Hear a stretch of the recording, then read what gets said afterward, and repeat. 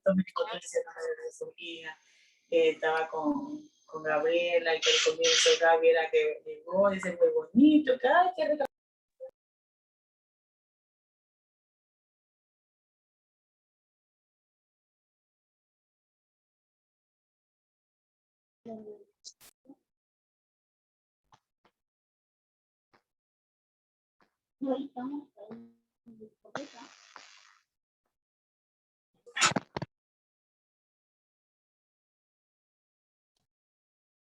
Bien, vamos a esperar igual un minutito que se conecten todos, por favor.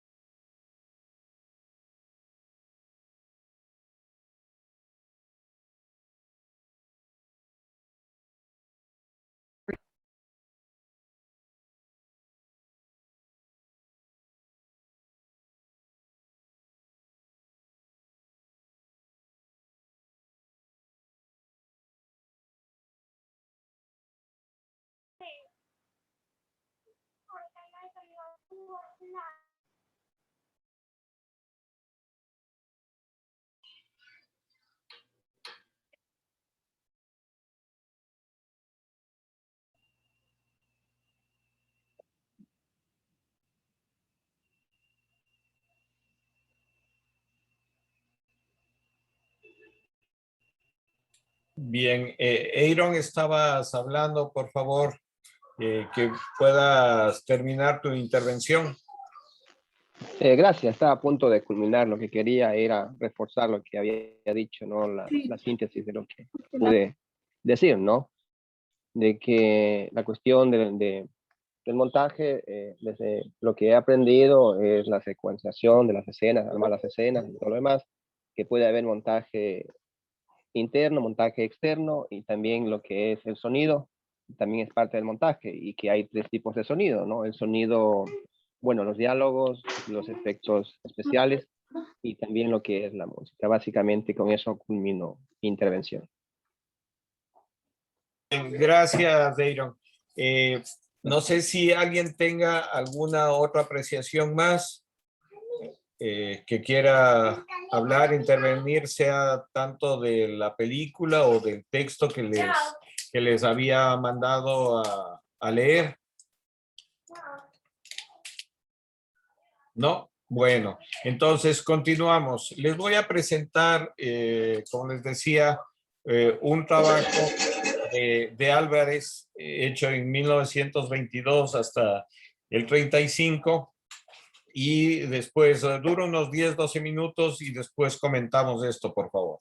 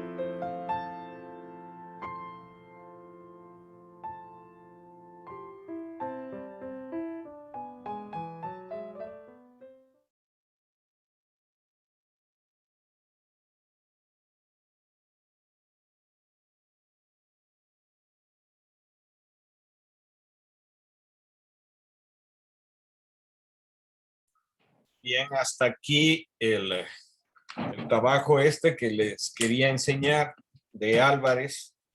Es realmente no un documental, sino un registro. Ustedes acaban de ver el primer material audiovisual que se conserva en el archivo de la Cinemateca Nacional. Estas son realmente, no es que son las primeras que se han producido, no, sino que son las primeras imágenes rescatadas y de las que se tiene en el archivo fílmico de la Cinemateca Nacional. Augusto San Miguel fue el primer cineasta ecuatoriano que hizo algunas producciones antes de los años 20, pero lamentablemente no se conserva materiales de él. Esto de Álvarez es el primer material que se tiene registrado y que se pudo salvar, digamos, en la Cinemateca. Igual la musicalización de estos trabajos, igual que los textos, los carteles, se hicieron en 1980, gracias al trabajo de Ulises Estrella, que creó la Cinemateca y que comenzó a rescatar estos materiales. ¿Por qué les he presentado este trabajo?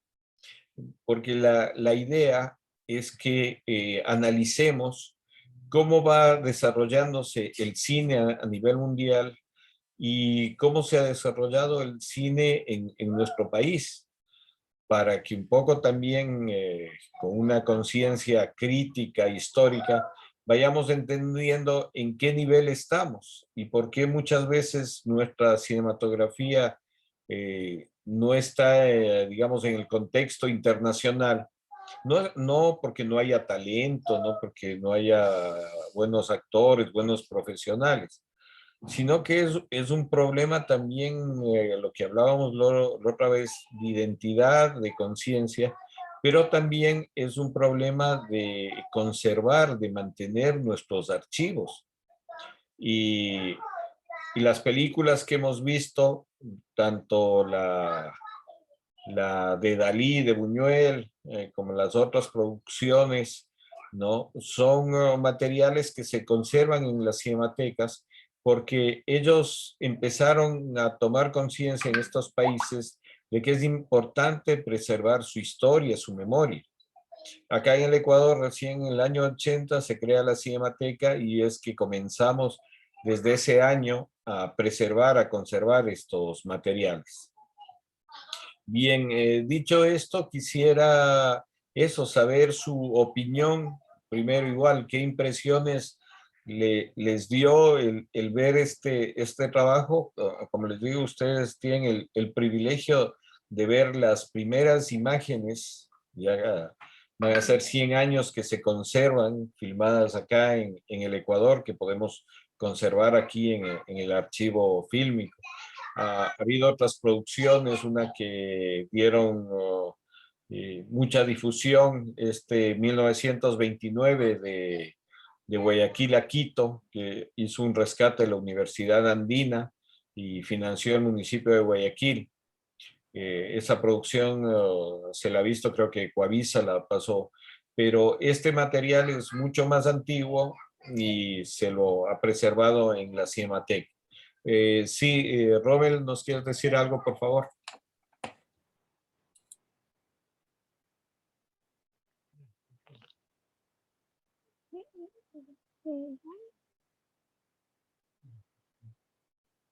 Antes yo quería, no quiero.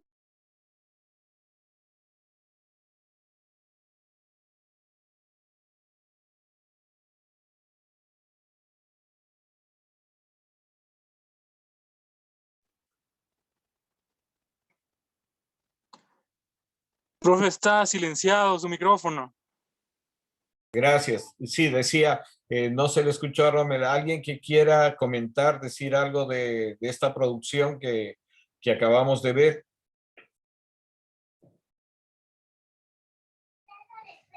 Hacer, salvando las diferencias, una comparación con lo que vimos de la Corazón Potemkin, ¿no?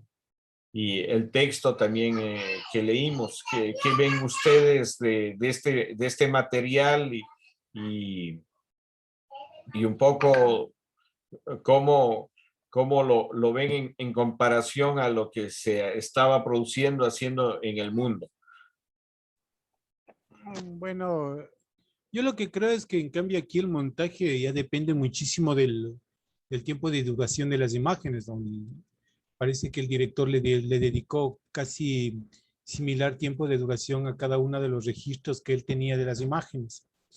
Vemos solamente un registro de imágenes del momento, del tiempo, de lo que son las estructuras, de cómo han cambiado, y prácticamente podemos hacer una comparación de cómo han cambiado desde ya son 100 años. Y, por ejemplo, yo he vivido en el centro histórico, yo viví ahí 22 años, y puedo decir cómo cambió el Arco de la Reina, la Plaza de San Francisco, sus cambios totales, ¿no? De lo que son los años 20, los años 30, los 80, hasta 1900. Entonces, tenemos un registro del tiempo, del momento, pero no es un registro artístico como es el acorazado Potemkin. Como dije, para mí es un montaje con tiempo, con el desarrollo de lo que es el drama, con el desarrollo de lo que son los personajes, pese a que son, como se llaman, personas que eran de la calle, que no tenían ninguna experiencia, pero el director supo dirigir hacia dónde quería llevar la acción, como debidamente se dice, ¿no? En cambio, acá lo que se tiene es un trabajo no de actuación, sino de la acción pura, de lo que se dedicaba a cada una de las personas. Por ejemplo, la corrida de toros con la desaparecida Plaza del Belmonte, ¿no? Que ya durante hace mucho tiempo después fue restaurada y ahora quedó igual sin uso. Entonces, eso digo, son dos cosas diferentes porque este es un registro de imágenes. Pese a que en la película usaron imágenes reales, pero él supo hacer y que entren dentro del ritmo de la acción, a tal punto de que dio prácticamente una sinfonía de imágenes, de sonidos, de acciones, de actitudes de la gente, ¿no? En cambio acá solamente tenemos diferentes imágenes que casi tienen la misma duración, que tienen en algunas incluso son los mismos planos, ¿no? Planos generales, planos específicos, pero sí dominan lo que es el general corto, ¿no? Un poco te da a entender. Trata de hacer algunos planos específicos para que tú observes ¿cómo se llama? Cómo estaba hecho, cómo estaba trabajado, qué decoraciones tenía en los edificios, la gente, qué tipo de vestimenta usaban. Entonces, esa es mi apreciación. Gracias. Hay que tomar en cuenta que este material justamente es eso, es solo un registro. No había ninguna intencionalidad en Álvarez en hacer un material. Él es de una familia pudiente, o fue de una familia pudiente que tuvo la factibilidad de comprarse una cámara, de conseguir una cámara de cine en esa época, y lo que hacía justamente es eso, registrar a sus amigos, a sus familiares o los hechos importantes, ¿no? Eso es lo que se dedicó Álvarez, pero tiene un valor histórico importantísimo. Como les digo, es el primer registro audiovisual que tenemos aquí en el Ecuador de este material. Él no tenía ninguna pretensión de cineasta, seguramente fue un autodidacta que le enseñaron cómo manejar la cámara y él lo que hacía es eso, registrar, posiblemente proyectar a su familia estos materiales, a sus amigos, pero no había ninguna otra pretensión. Este fondo estuvo votado durante muchos años. O sea, la Cinemateca realmente rescató este material y el armado que ustedes ven a esto, los carteles y todo eso, yo les explicaba que eso fue armado en la Cinemateca ya en los años 80, más de 1985, 89, se armó este material justamente para poder presentarlo. Sara nos quiere decir algo, por favor.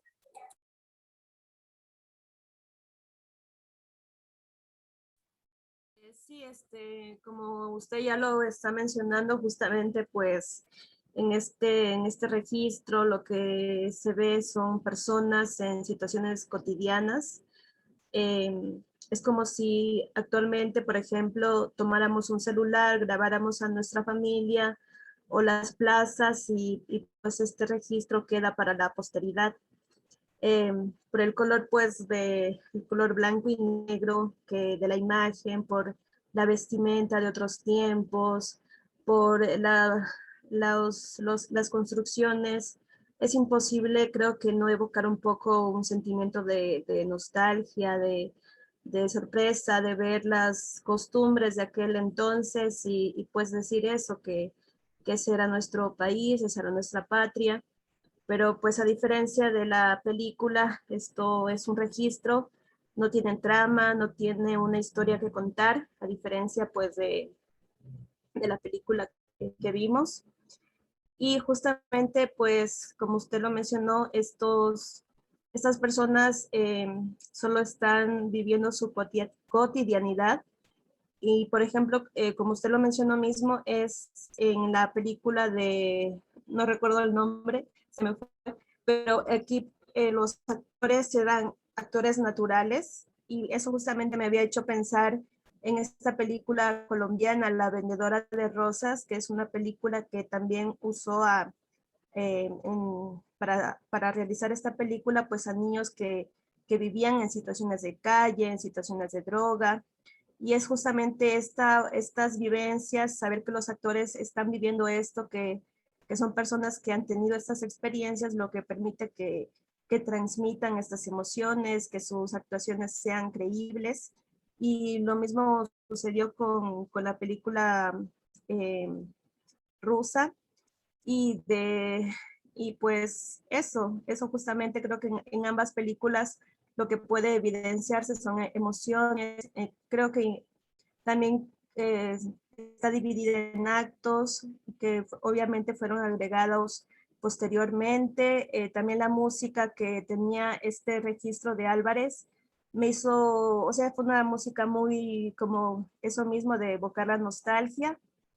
Y qué más puedo decir, y pues es interesante, es muy emotivo ver lo que se hacía en otros tiempos por personas aficionadas o con dinero. Y pues también es una lástima que no se hayan conservado los registros, los primeros filmes ecuatorianos, pero creo que ahora ya tenemos más cultura, ya sabemos que hay que valorar el arte y pues eso. Gracias.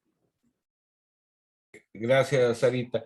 Es muy importante ubicarnos dentro de un contexto. O sea, ¿por qué un poco les presento dentro de esto que estamos viendo, el desarrollo de la cinematografía a nivel mundial, ¿no? Es estos elementos y cómo también vemos el desarrollo en nuestro país.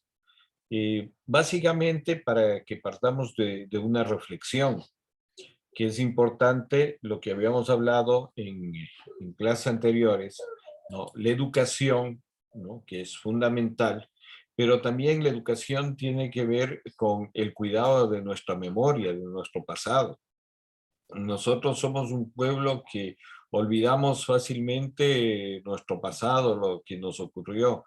Somos prácticamente una sociedad sin memoria, porque no conservamos o no nos interesa conservar nuestra memoria, lo que ha pasado en nuestra historia, ¿no?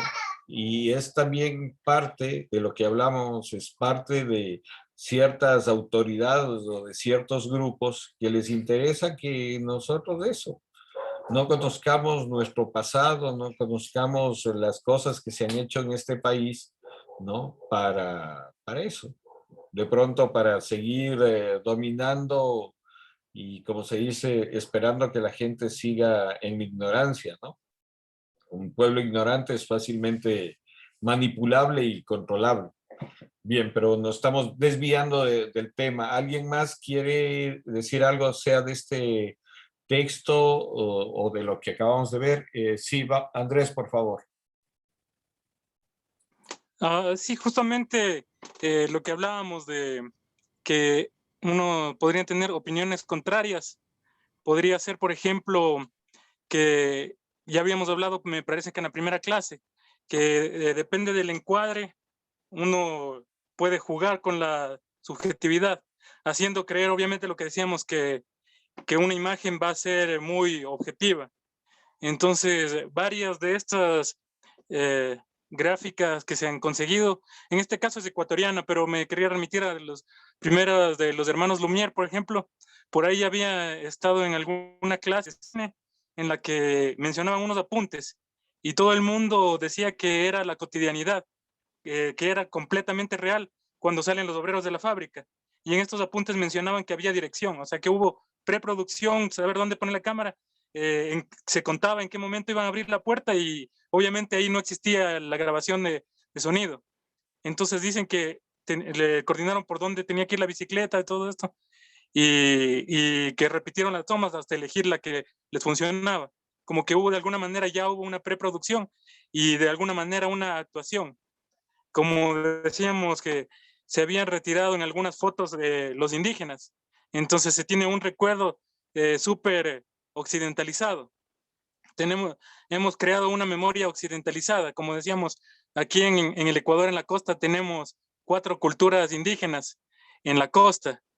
Y mucha gente en la costa nunca habla, cuando habla de los indígenas, ya habíamos dicho que habla de los indígenas de la selva, de los indígenas de la sierra, pero en la costa no recuerdan, no tienen memoria ni actualidad, porque son 4 tribus que existen todavía en la actualidad en la costa y no se les toma en cuenta. Estamos bien occidentalizados, ya decíamos, en el arte. Nosotros estamos, como decíamos, que nos manipulan, somos una sociedad manipulada. Que ¿por qué nos vestimos los hombres con pantalón y las mujeres con falda? Toda la cultura, la industria de la culturalidad, de la cultura, algo que por ahí podríamos mencionar de la escuela de Frankfurt, que ya lo estudió cómo funciona para que estemos así.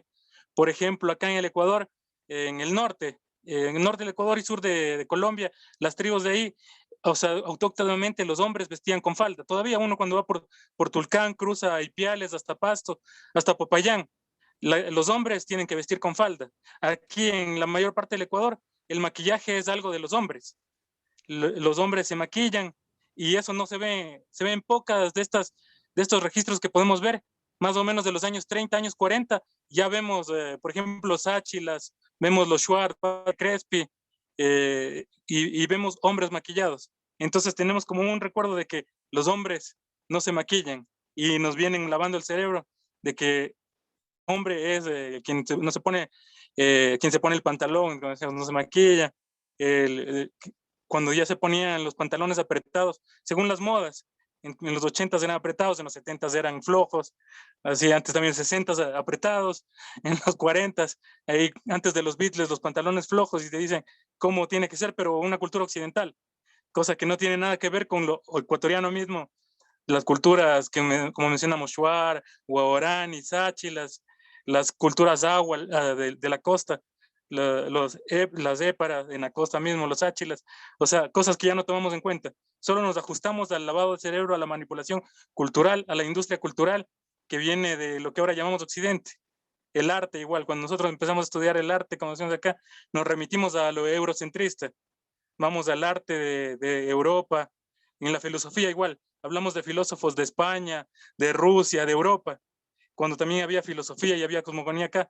O sea, tenemos 500 años de solo estudiar a lo de allá. Mencionaba que incluso los indígenas ya no tienen ropa indígena, sobre todo los de la parte andina, que por esa una obligación que hubo de un virrey, que ya había mencionado yo un día anterior, y fue esa manipulación cultural, que todos los indígenas ahora se visten, se ponen el poncho español, se ponen las polleras de España y toda la ropa, el sombrero, por ejemplo, los araguros, los otobalos, los alasaca, es una ropa que uno va a ver Extremadura, España, Asturias, y o sea, están haciendo las diabladas, que hablábamos, la diablada de Píllaro, en realidad es una diablada que viene de Cataluña, allá tiene el nombre en catalán, todos estos, los pasacalles que se hacen en Bolivia, en Oruro, en Perú, en Chile, todo esto, y que se toma como folclore de acá. y es 500 años, estamos así recordando solo la parte español.